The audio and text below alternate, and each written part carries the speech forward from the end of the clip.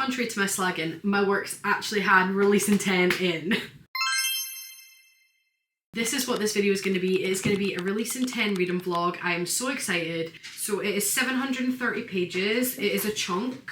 We have, as always, playlist at the back, songs for certain moments, songs for Lizzie, songs for Hugh. At the front, we have a couple of pages of like glossary, how to pronounce things, what like certain slang terms mean. For the survivors, I think everybody so far has commented on the for the survivors thing and how much of a stab in the heart that this book is going to be. It also has an author's note, so I'm just going to read the author's note because I feel like it's important. So, Release in 10 is the 6th installment in the Boys of Tommen series. In some scenes in this book, it may be extremely upsetting, therefore reader discretion is advised. Please be aware this story tackles incredibly harrowing topics revolving around child abuse, sexual trauma and suicide that, while incredibly important to speak about, may not be suitable for younger readers.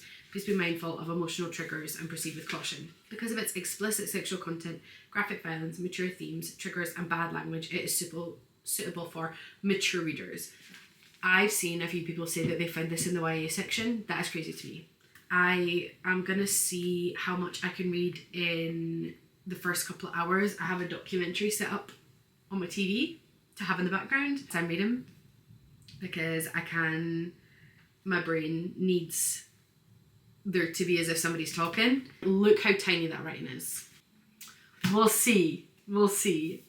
I will check in intermittently and let you know how I'm getting on. I've been reading for a couple of hours on and off because I was also at the same time as reading watching Stephanie Sue's / Rotten Mango's latest upload about the Diddy trial. So I'm 90 pages in, not as far forward as I thought I was going to be within like 2 hours, but as I say, my attention was kind of between the two.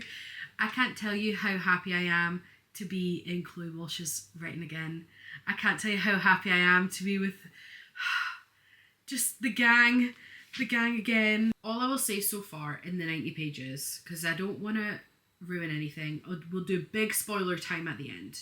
Big spoiler time at the end while we're doing the wrap up, and everything will just be like out of context reactions from here on out. It's been so sad to read how Lizzie grew up and how she felt in her own head. And I think that there's probably going to be a lot of people who, I think if you'd asked me whilst reading Taming 7, I would have probably said the same thing. If this better not be a redemption book for her, I think it's important that we hear her side and how she feels. I think this is going to probably be a really difficult read because of what's already been like alluded to so far. Trying to be vague's hard for me, man. That's not me. I think it's going to get really tough reading this. I'm just going to read for a little bit, see where we get up to, and then I'll check back in with you guys. But yeah, we're on 90 pages. So I'm going to go back to watching Laura and her vlog that she put up of her building bookshelves and her like decorating for a book club. I'm obsessed with her. Laura reads. I'm like a stalker at this point. I'm so obsessed with her. I'm obsessed with her house. I love the way she decorates. She's just like a very calming person to watch. And as somebody whose brain catastrophizes everything in life, I feel like Laura has a calming presence on me. So I'm going to go back to watching her and have a cup of coffee because you might think, you know, wow, she doesn't shut up. I actually have a migraine right now. So I'm going to get under my blanket, sit with my little ghost mug that says Peekaboo on it, and yeah, read some more. Put myself through some 5-star paint. Why don't we?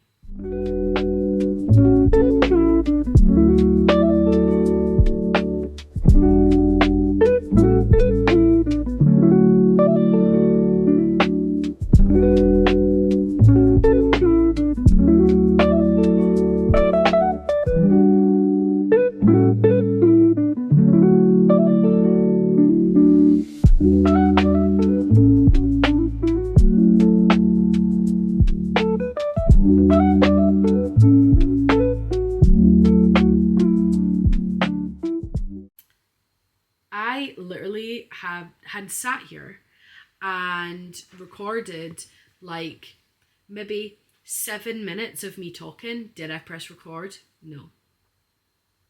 So anyway, let's try and sum up what I just said. I'm 153 pages in. I'm nearly on part 5. I don't want to give any spoilers, but the next part is part 5. So I've got about like 15-ish pages until I'm at part 5. Yes, I am dog earing the pages. Shut up. No questions, please, from the Peanut Gallery. I'm really, really enjoying it so far. I know a lot of people think that Lizzie is Chloe Walsh's favourite in the friend group, and this is why this is going to be her redemption story. I think from what I've read so far, if Lizzie's her favourite, this is a really strange way of showing it. Because already we are dealing with a lot in terms of Lizzie, and the whole point of Lizzie as a character is that she's complicated and she's not perfect, and she's a teenager and she's dealing with mental health issues, and I'm already dreading what's gonna come in this part. So this is what I've read, and then this is what is to come, and I'm kind of dreading it because yeah, I think it's going to be painful. The pain aside, I am very, very happy to be back in this world, to be back in this story. You know, although I am a 30-year-old woman and reading about teenagers, although this is not a story for teenagers, like we said at the start, I'm going to keep saying this, these are not stories for teenagers. If you are somebody who has a teenager or you are a teenager, like, please don't go into the, like, don't buy your teenager them. And if you're a teenager that has bought them, like, please, please, please talk to a responsible adult about what you read in these books. But I forgot how easy her books are to read. It makes me feel very nostalgic about my time at school. I went up to high school in 2006, so I'm a couple of years behind these guys, but it makes me reminiscent of that. I grew up in a small town similar to Ballylagan. I am from a very small town in Scotland. It was a similar setup in that everybody knew one another, everybody knows each other's families, everybody's parents know one another because they all grew up there and they all went to school together. So it's a very, even though I'm obviously not from Ireland, I'm not from Cork, it is still very nostalgic for me to be reading about that time, to be a teenager then. Yeah, so I need to go to the shop now to get stuff for tea because we don't have anything in the house. I am one of those really annoying people that I shop daily because I hate spending any more time than 5 minutes in a supermarket. So I'm gonna go and get something to eat, and then I'm gonna come back and read the rest of this. But yeah, she's gonna break my heart. I know it. I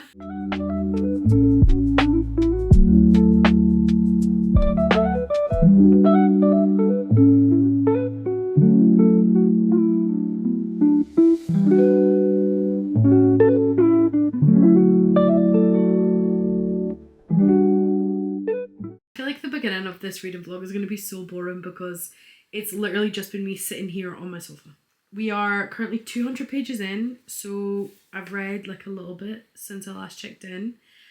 And goddamn, this is, the only thing that I will say that is kind of not taking me out of the story, but is confusing to me. I know that they say that Hughie is like emotionally mature, he's wise beyond his years. We're currently in 1998, so from where we started, you know, in 91, we've come quite far. But I just feel like even at like age 7, 8, Hughie is talking like a teenager. They're not talking like kids. They're not having like kid conversations. And I know that there's a lot of mature themes in this, but this is like an adult in a child's body. And I know that there are some kids that are like that. It just, yeah. Sometimes I'm just a bit like, would a 9-year-old say that? I'm really enjoying it so far. I haven't cried yet. Cry update, haven't cried. But there was, where was it? Page 162, just as a warning.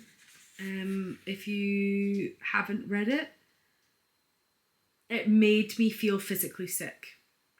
It, like, do you know before you're sick and your throat gets tight? That's how reading that page made me feel. I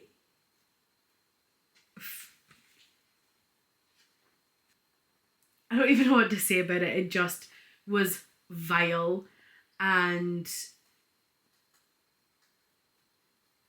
I just, what the fuck? It's all I can say, honestly. Hey, let's have a change of scenery because I've literally just stood in the fucking, I've sat in the same spot. Okay, it is 9 p.m, 9:05 p.m. on release day, and we got to, or so far we've gotten to 262, so we're moving on to another chapter, and the year that we've gotten up to is March 18th, 1999. So this is where we are. I'm so tired. I really haven't slept well the last couple of weeks. There's been a lot on my mind. I have been very stressed about like various work and life things, and I am knackered. So I think that this might have to be it for today. I feel like 262 pages is a lot, especially for me. I started reading, when did I start reading? At like 1:30. Like around about 1:30, 2 o'clock. And I've pretty much read solid. I've been watching some documentaries on YouTube and had to go out for shopping and make the tea and like do washing and stuff like that. So maybe I haven't read solid, that's a lie. My hair, anybody with curly hair, how do you manage on a daily basis? Attractive. Anyway, this is as good as it's gonna get. So I'm so tired. I've tried to film this clip like 5 times and I don't even know what I'm trying to say. So far, I don't know if I've said this already, but like so far I wouldn't say enjoying is the right word. It is harrowing. Like when she said, like what was the exact words that she used in the author's note? Extremely upsetting, incredibly harrowing. I would agree. And we're not even at the high school years yet, and I would agree. Really, I'm worried about where we're getting to. Also something that I'm really struggling with, and this isn't like a spoiler because we see it in Tommen 7, that I'm really struggling with Hughie's dad.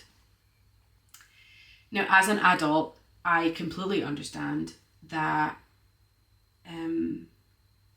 mental illness is not linear. You can't just snap out of mental illness. Like there's no right or wrong when it comes to how like you react in terms of like trauma, and it's everybody's first time living, right? Like parents, it's their first time living too. They're just trying their best, and even if their best doesn't equal what you think is their best, it doesn't mean that they're not trying their best. But when you're reading it from the kid's point of view, I find it really hard because I feel like my inner teenager is like, she rears her head a lot for me and she's booting the hinges off the doors. Every time the adults are making questionable decisions, I'm not somebody who has kids. I know that it's fucking hard because I have friends who have kids, so I'm not under the delusion that it's easy. But I'm like, I understand that you're hurting, but why put your kids first? I had this in the first 4 books as well. But I've had it in all of the books where my inner teenager is just screaming in that sort of meltdown. Could be because of my parental issues. 100% is because of my parental issues. But I'm like, why? Like, Like it's your kid. It's your kid. And call me mature and whatever, all you like. Again, this is to do with my abandonment issues, my grief, my trauma. I think it's gonna have to be a break. It's gonna have to be a break for tonight. She's a thick girl. She's a thick girl. Very happy to be here. Cry update, haven't cried yet. Have very nearly cried though. I can't until spoiler time. I don't want to. But there are certain chapters in this that make me feel so physically sick, it makes me feel violent. Like, it's not real, it's not real, it's not real, it's not real kind of vibes. He doesn't really exist, he doesn't really exist, he doesn't really exist. That kind of vibe. So there are people out there like him, so if anybody wants to start some sort of vigilante group, I'm up for castrating a few folk. Just so you know. The offer is there if you want it. Hey buddy, how's it going? We are currently on page 308, so I came home and I've read like 40 pages in no time because I'm like not long home from work. I fear that we are nearing the events that we know for sure are gonna happen. We are nearing all of the trauma that is gonna come from Kiva. I feel like, especially because there's so much foreshadowing in the first 5 books of Lizzie's trauma, especially surrounding her sister, like not just Mark, but like what happens with her sister.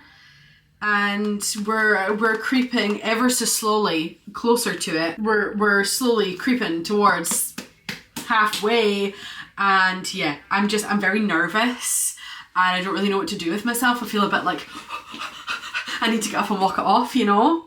This is where we're at. I don't really know what else to say. I feel like literally all I've done for this like vlog so far is come on and be like, this is what I've read.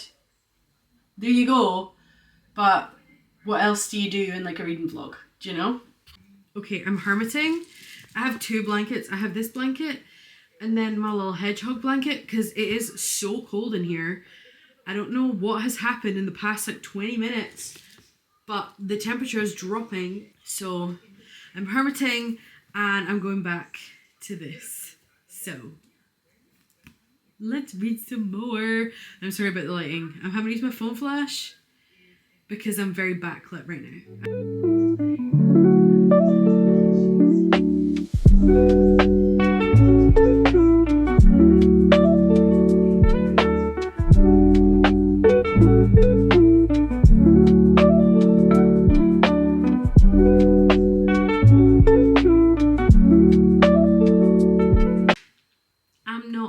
This foreshadowing that's happening. I'm not enjoying this foreshadowing. Why? Why are they doing this to me? So I'm moving on to part 13. And I am feeling ill about what is coming. Literally a bit that I wasn't expecting to get me. Because it wasn't necessarily about like Lizzie herself. It wasn't about like any of her trauma that you would like expect to be upsetting. It was a bit about her mum and it made me so upset. What's going on? Turning a little emotional wreck here, and we've still got half the bloody book to go.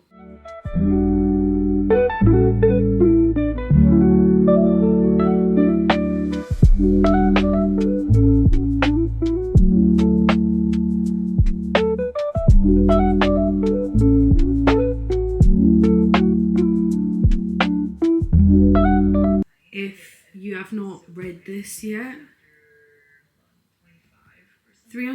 page 351 and 352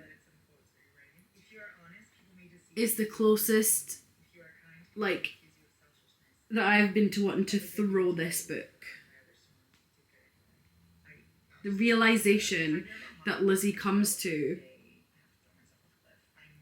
like made me want to throw it. We're moving on to part 14.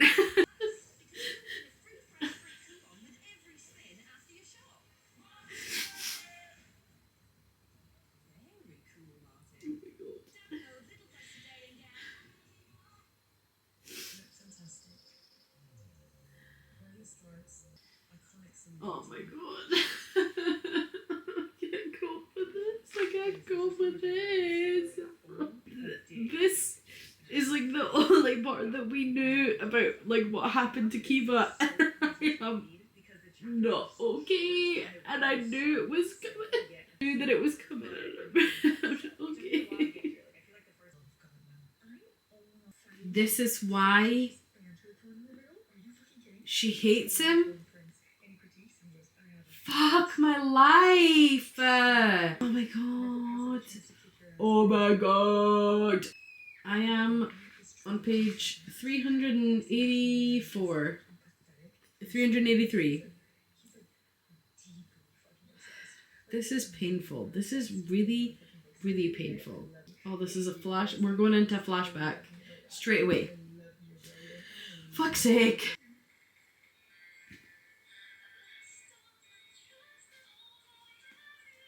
I'm not gonna survive this. This is how much I have left. And I'm not gonna survive it. I'm just not. The only place that you ever see me is in my kitchen or in my living room. So just wait until new locations get unlocked. So girls, we've made it quite far. We're on page 529. So we've read quite a big chunk today. We've, where did we start again? Thoughts and feelings so far, trying to not be spoilery. A lot of this is really breaking my heart because a lot of what's going on is hard to distinguish whether it's to do with Lizzie's bipolar or if it's to do with what Lizzie's been through. It's hard to distinguish. I would definitely say if you're somebody who has dealt with any of the trigger warnings that we talked about at the start, I would maybe give this book a second thought, because graphic is a word that I would use to describe a lot of the scenarios, and I'm not even done yet. So, but I need to make dinner now because my partner has been working in Edinburgh today and he's going to be home soon and I'm fucking starving. So I'm going to put tea on and then I'll see if I read any more tonight. I'm not sure. Hey girlies, we're looking in. We have crisps and dip. Our plain Jane, so they're lightly salted with some mild salsa, and we are going to finish the last 200 pages. Where are we? 550.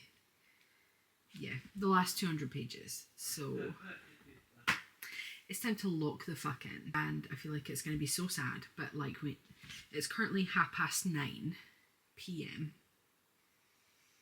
So I feel like it's probably going to be late when I finish this, but I need to finish it because I need to know. I need to know. In case you wondered where we are, so we are moving on to part 18. Look at this Tommen College bookmark that I got. I can't remember what the Etsy page was, but I'll try and find it and put it on the screen. I got a Tommen College one, I got a Theo Silva. Shoot at the rabbits. Got a Tommen College one, I got a Theo Silva one, and I got a Riders Quadrant one as well, because I keep losing my bookmarks. So we've got this for the last 250 pages. I'm very excited. So I'm going to put on some Benidorm and then we're going to read the rest of this.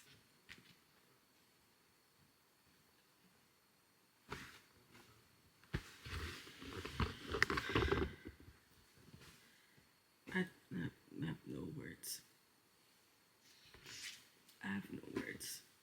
I honestly thought I was going to make it to the end without crying. I was like, I got to maybe like 10 pages before the end. And I was like, do you know what? I'm fine. I'm totally fine. And then, literally, like the last 5 lines of the last fucking page has sent me over the edge. I literally feel physical pain in my chest. I need to like stare at the wall for a long time. So I'm gonna come back to you with my thoughts tomorrow. It's literally going to be in 2 seconds for you. But tomorrow. And then we can have a spoiler time chat about this. Good morning. Let's talk about Releasing 10. Here's my spoiler-free review. We're going to get into spoiler time, but this part is spoiler-free. Releasing 10 for me was a very emotional and turbulent journey. You definitely go on the journey with Liz, and you seeing everything from her perspective and finding out the things that you find out, you really start to understand why her behaviour is the way that it is in the first 4 books. That doesn't excuse some things that she says or some things that she does by any means. I just want to throw that out there too. But you have more of an understanding of her and why she is the way that she is. Some of the scenes in here are really graphic. Really, really graphic. And when Chloe Walsh says at the beginning that some people find some of these extremely upsetting, she's not lying. And the things that I thought that were going to be upsetting, they were. But something that I found really, really upsetting was watching her bouts of mania. It was really difficult to read that, because you knew yourself reading it, like seeing things through her eyes, you knew like how she felt, and you knew why she couldn't explain herself, and you knew why she was acting the way that she was and acting out the way that she was. And to see her, you know, be in that state, like it was just as painful as seeing her in her, like, in the deep bowels of her depression. Both were equally painful for me. I would definitely check all trigger warnings, read the author's note yourself, fully take in what she says, because when she says that some of the scenes are harrowing, she's not lying. The amount of times that I read something and had to close the book and just like deep breathe to myself, because I felt physically sick about some of the things that happened.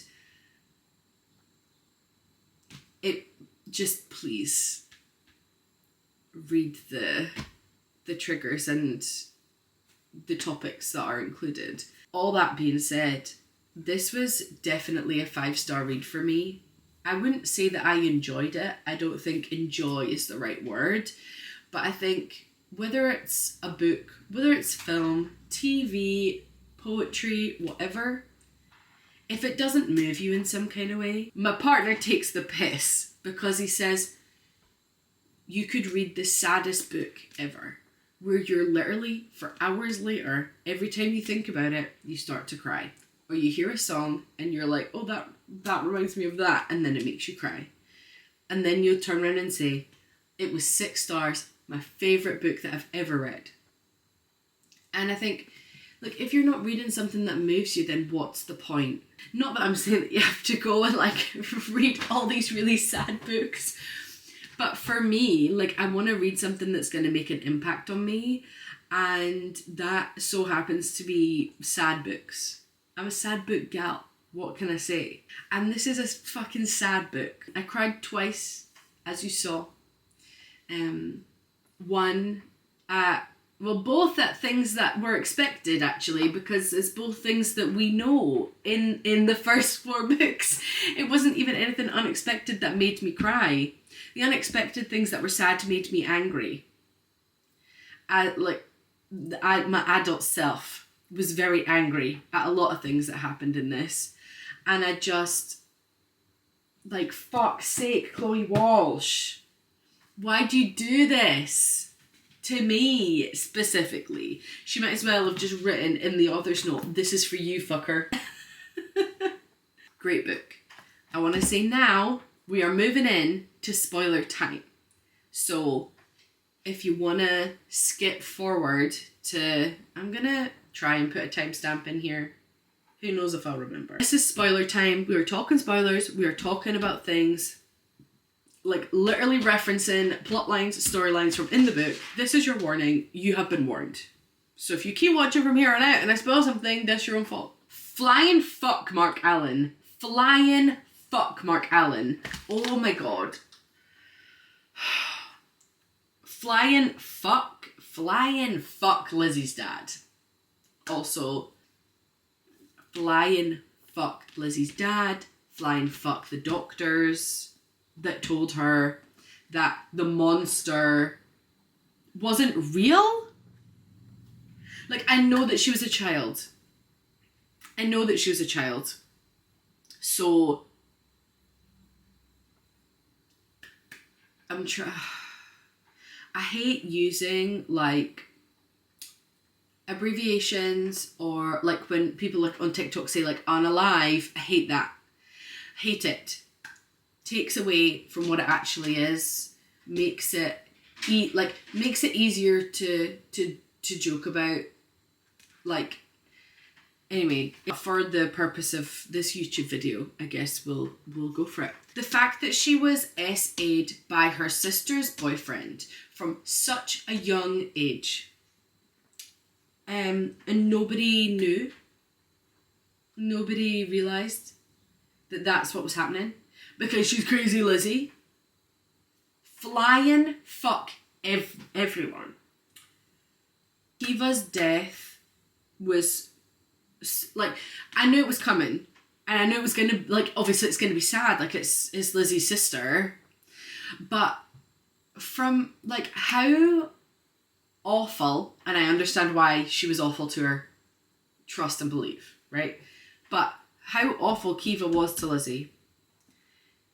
Like, I didn't expect to get as upset, and then to find out what happened around that and him keeping him in the house, and everybody thought that they were away to America. Nobody knew that they were still in the kids were still in this home because they were being kept fucking hostage by Mark fucking Allen. Nobody knew. Nobody knew because everybody assumed that they were away. And they were kept hostage. And from the fractions of Lizzie's memory that we have, he forced her to jump. She found out that he got her sister pregnant.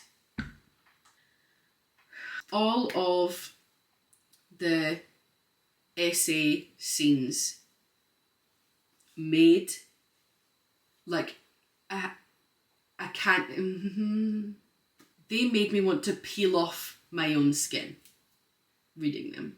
I'm gonna cry more now talking about it than I did when I was actually reading it because I was so angry. So angry for her that was happening.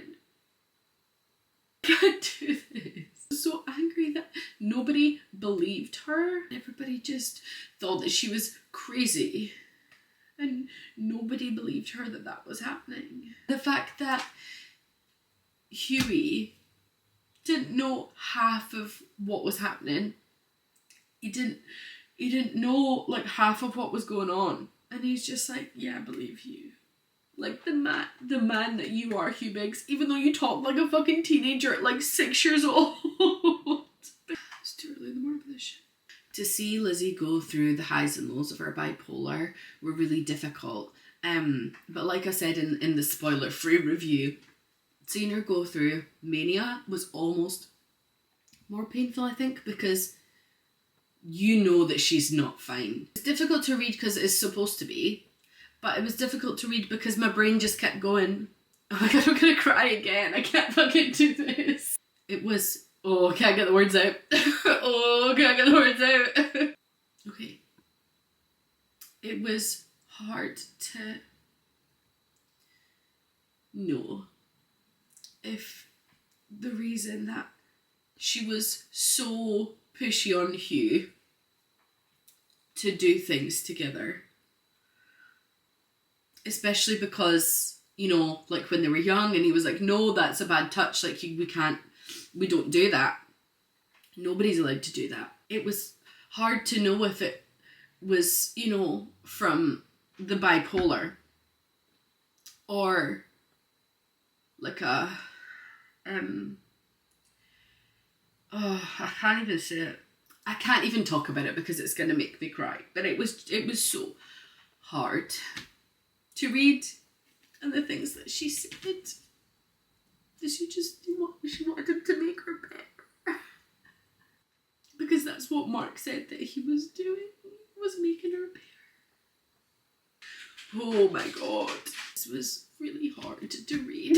The fact that the doctors told her that it wasn't real, that it was just in her head, the scary lady was in her head, which the jury's still out on that because, well, Hugh saw her, but like nothing ever came of the scary lady in this book. I'm guessing it's was it the auntie? His dad's sister? Like 5 stars. Great, really, good job. Oh my god. Spoiler time's over. There's probably many other things that I wanted to say and many other things that I wanted to discuss, but those are just the things that were on my mind in the moment as I was talking. And, you know, there'll probably be things that in the future I'll be like, when this happened in releasing 10, you know, that I've not chatted about, but holy fuckballs is the official review.